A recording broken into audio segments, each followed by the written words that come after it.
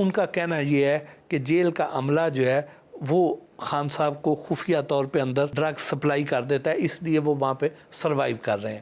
آپ کیا کہتے ہیں؟ جیل تو سارا انہی کی تحویل میں ہے، کسی کی مجال ہے کہ وہاں پہ چڑیا پر مار سکیں. میں آپ کو بتا دوں، آپ کی بات یہ درست ہے کہ بڑی توقعات تھی کہ جی یہ ڈرگ ایڈکشن کی وجہ سے جو ہیں یہ گھٹنے ٹیک. جب ایک ہفتہ گزر گیا تو ان کو شک پڑ گیا کہ کہیں جیل والے کچھ نہ پرووائڈ کر رہے ہو، تو جیل والوں پہ نظر ہوئی، عملے تبدیل ہو گئے. دوسری پھر کسی نے مشورہ دیا کہ جی ان کے آپ یورین اور بلڈ کے ٹیسٹ لیں، اگر اس نے ایک ہفتے میں 10 دن میں، مہینے میں، 2 مہینے، 3 مہینے میں کوئی ڈرگ لی ہے تو ریفلیکٹ ہو جائے گا. تو اس کا نام تبدیل کر کے، خان صاحب کا نام تبدیل کر کے کسی اور فرضی نام سے ان کا یورین اور ان کے بلڈ سیمپل لیے گئے. جب رزلٹ آیا تو 9 مہینے جو ہیں کوکین ریفلیکٹ کرتی ہیں بلڈ میں.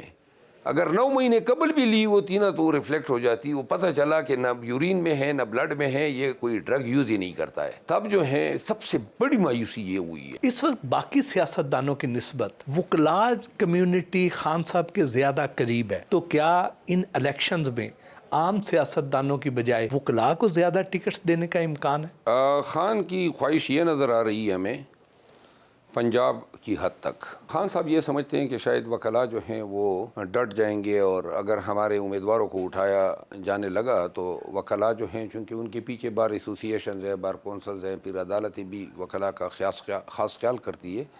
وہی ان کی یہ سمجھ ہے.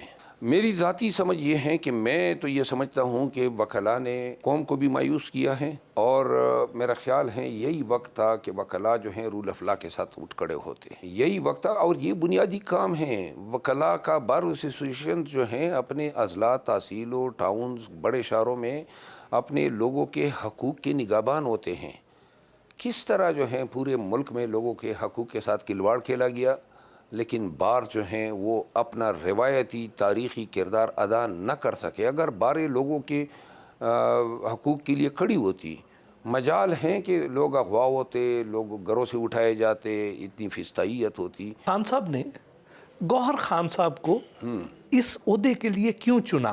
کیا وہ فرنٹ پہ آ کے پارٹی کو لیڈ کر سکیں گے جس طرح خان صاحب کیا کرتے تھے؟ جو مجھے ذاتی طور پہ نظر آ رہے ہیں 2-3 وجوہات جس نے شاید خان کو جو ہیں وہ اس پہ مائل کیا. وہ نمبر 1 یہ ہیں کہ گور خان ہماری ٹیم میں سب سے زیادہ برداشت والا آدمی ہے، تحمل رکھتا ہے، سافٹ سپوکن ہے، امریکہ سے پڑھا لکھا ہے، بیرسٹر ہیں، UK سے پڑھا ہے، اور بڑا اچھا فیملی بیک گراؤنڈ ہے.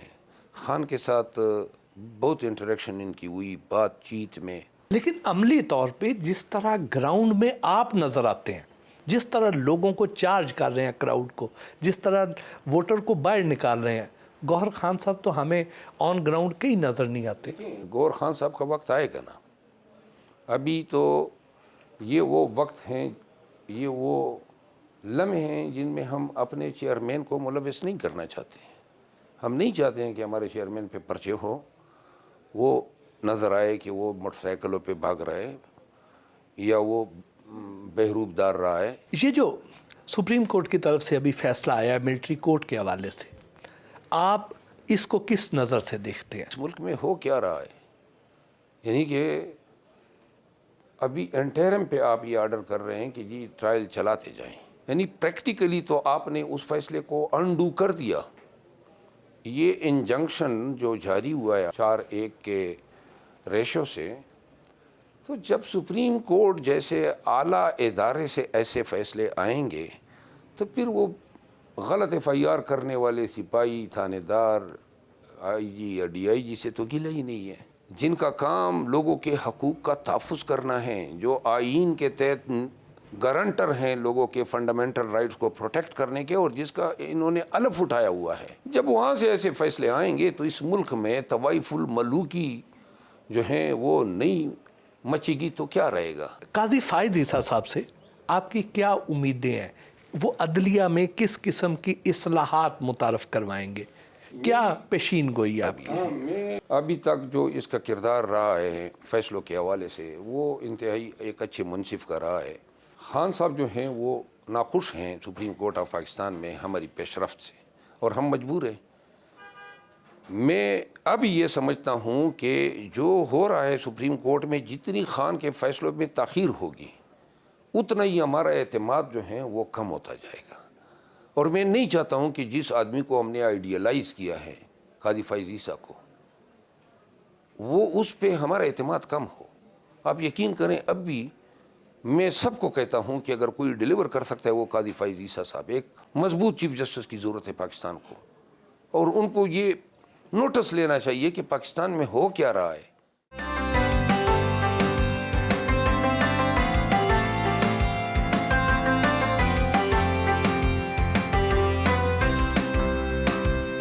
مختلف علاقوں سے آئے ہوئے تحریک انصاف کے کارکنوں کے حلقوں کے سیاسی مسائل سنے اور ان کے حل تجویز کیے۔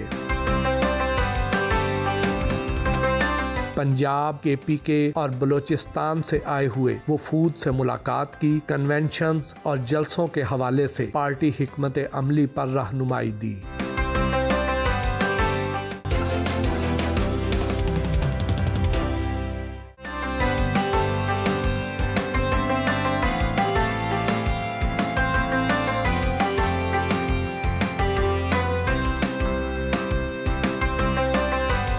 گھر کے لیے روانہ ہوئے۔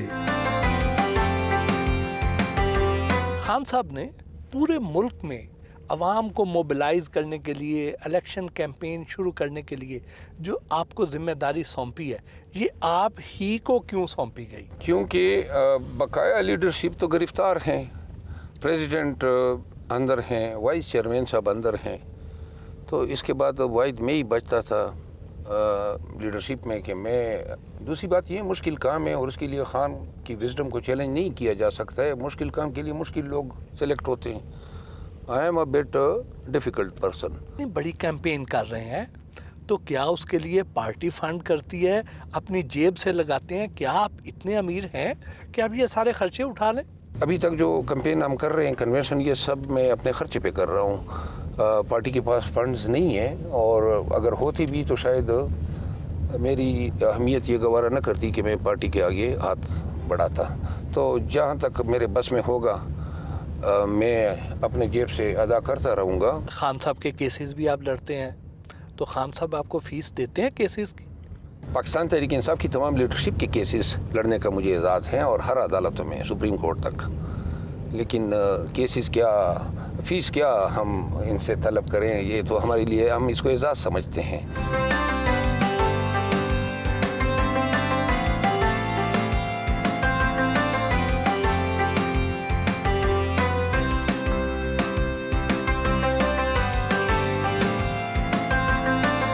شیر افضل مروت سے گفتگو کا سلسلہ جاری رہا۔ الیکشن میں جو بھی نتائج آئے، کیا پی ٹی آئی اس کو قبول کرے گی؟ ایسے حالات میں اگر الیکشن ہوتے ہیں جو آج ہم پہ نافذ العمل ہیں، تو پھر تو یہ الیکشن نہیں ہے، یہ تو جبر ہے، اور اس سے کراہیت آئے گی، اور ایسے الیکشن کے نتیجے میں کوئی بھی حکومت کسی بھی اخلاقی یا قانونی جو سینکشن ہے وہ اس کو حاصل نہیں ہوگا۔ کیا آپ کا اپنا الیکشن لڑنے کا ارادہ بھی ہے؟ میں نے پہلے بھی عرض کیا، میرا اپنا الیکشن لڑنے کا ذاتی طور پہ کوئی خواہش نہیں ہے۔ کل بھی میں نے خان صاحب کو جو ہیں گزارش کی کہ میں الیکشن اس لیے نہیں لڑنا چاہتا ہوں کہ میں چاہتا ہوں کہ پوری پارٹی کی کیمپین کروں۔ دوسری بات یہ ہے کہ میں ان خدشات کو بھی زائل کرنا چاہتا ہوں، اور جو پارٹی کے اندر لوگوں کے ہوں گے کہ شاید یہ پارٹی میں کوئی مقام حاصل کرنا چاہتا ہے، وزیر بننا چاہتا ہے، جو میرے ارادے نہیں ہیں۔ میں اپنے وکالت سے بہت مطمئن ہوں، اپنی زندگی سے بہت خوش ہوں۔ پرویز خٹک صاحب کہتے ہیں کہ آئندہ الیکشن میں کے پی میں وہ بڑا کلیدی کردار ادا کریں گے، کیا وہ وہاں پر پی ٹی آئی کو ٹف ٹائم دے سکتے ہیں؟ ابھی تک تو وہ بڑا پلیدی کردار ادا کر رہے ہیں، ٹف ٹائم جو ہیں ان کی غبارے سے ہوا نکل چکی ہے۔